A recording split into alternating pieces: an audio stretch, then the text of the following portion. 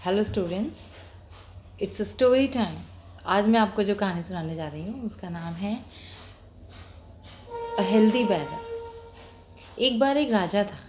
राजा बहुत ही अच्छा था, बहुत समझदार, बहुत ही दयालु और सभी की मदद करने वाला था। अपने पूरे राज्य में वो दयालुता के लिए बहुत प्रसिद्ध था। सुबह से लेके शाम तक उसके महल के आगे मांगने वालों की, ज़रूरतमंदों की और गरीब लोगों की भीड़ लगी रहती थी और लोगों को विश्वास था कि राजा उसे कभी भी खाली हाथ उन लोगों को नहीं जाने देगा। एक दिन जब राजा अपने दरबार में संगीत सुन रहा था, तभी उसे बाहर से एक आवाज़ आने लगी। कोई आदमी बाहर ईश्वर को कोस रहा था कि हे भगवान, ये तूने क्या किया, मुझे कैसे ज़िंदगी दे दी, मुझे कितना गरीब बनाया है और मुझे कुछ नहीं दिया है, और मैं तुम्हारी पूजा क्यों करूं, क्योंकि तुमने मेरे संग बहुत ही निर्दयता से बर्ताव किया है। उस आदमी की ज़ोर ज़ोर से चिल्लाने की आवाज़ सुन के राजा ने अपने दरबारी को उसे बुलाने के लिए भेज दिया।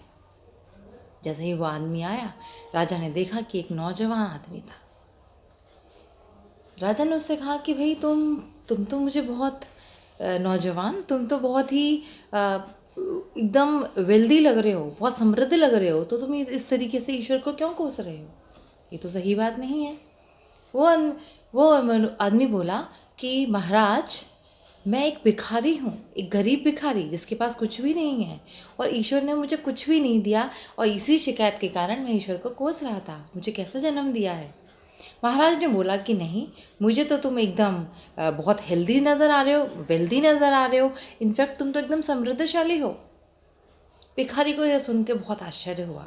उसने कहा कि महाराज, मैं आपको कहाँ से दिख रहा हूँ, मैं तो बहुत ही गरीब हूँ। महाराज ने पूछा, अच्छा तुम्हारी क्या इच्छा है, मुझे बताओ। वो भिखारी बोला कि महाराज, मुझे आपकी जैसी सुख, समृद्धि और खुशहाली चाहिए। राजा ने कहा ठीक है, और उस भिखारी से कहा कि ठीक है, तुम मुझे अपने दोनों हाथ दे दो और मैं तुम्हें अपना आधा राज्य दे दूंगा। ये सुन के भिखारी ने तुरंत मना कर दिया। फिर महाराज ने उसके सामने एक और ऑफ़र रखा। महाराज बोले कि अच्छा ऐसा करो, तुम मुझे अपनी दोनों आंखें दे दो और मैं ये खूबसूरत महल तुम्हें दे दूंगा। कुछ क्षण भिखारी ने सोचा और राजा से कहा कि महाराज, अगर मेरी आंखें ही नहीं रहेंगी तो फिर मैं इस खूबसूरत महल को देखूंगा कैसे? और इस तरीके से राजा का वह प्रस्ताव भी उसने ठुकरा दिया। अब महाराज के ने उसके सामने तीसरा शर्त रखी कि अच्छा ठीक है, तुम ऐसा करो, मुझे अपने दोनों हाथ और अपने दोनों पैर दे दो और उसके बदले में मैं तुम्हें इस राज्य का राजा घोषित कर दूंगा और मेरी जितनी भी धन संपत्ति है वो सब तुम्हारी हो जाएगी। उस भिखारी ने तुरंत मना कर दिया, नहीं महाराज, ऐसा नहीं हो सकता। राजा मुस्कुराए और बोले, देखो मैंने कहा था ना कि तुम बहुत समृद्धशाली हो। इससे ये मालूम चलता है कि तुम्हें अपने शरीर से बहुत प्यार है, क्योंकि अपने शरीर के बदले में जो सारी चीज़ें तुम्हें फ्री मिल रही थी, जिन सभी चीज़ों की तुम इच्छाएं रखते हो, जो तुम्हारी डिज़ायर्स थी, मगर तुमने उन सबको ठुकरा दिया। इस तरीके से तो यही मालूम हुआ ना कि तुम बहुत ही समृद्धशाली हो।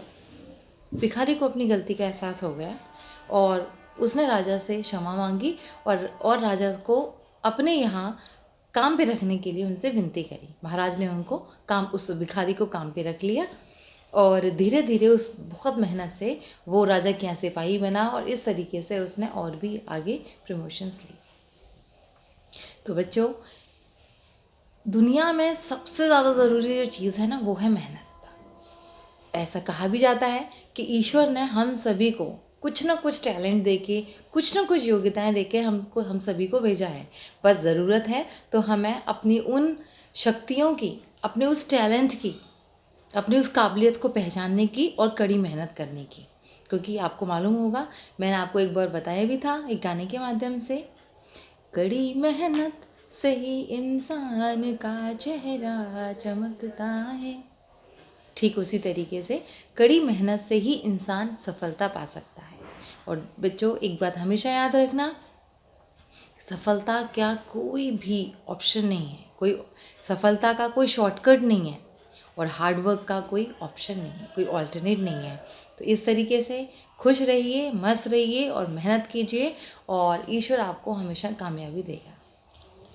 Take care, bye bye.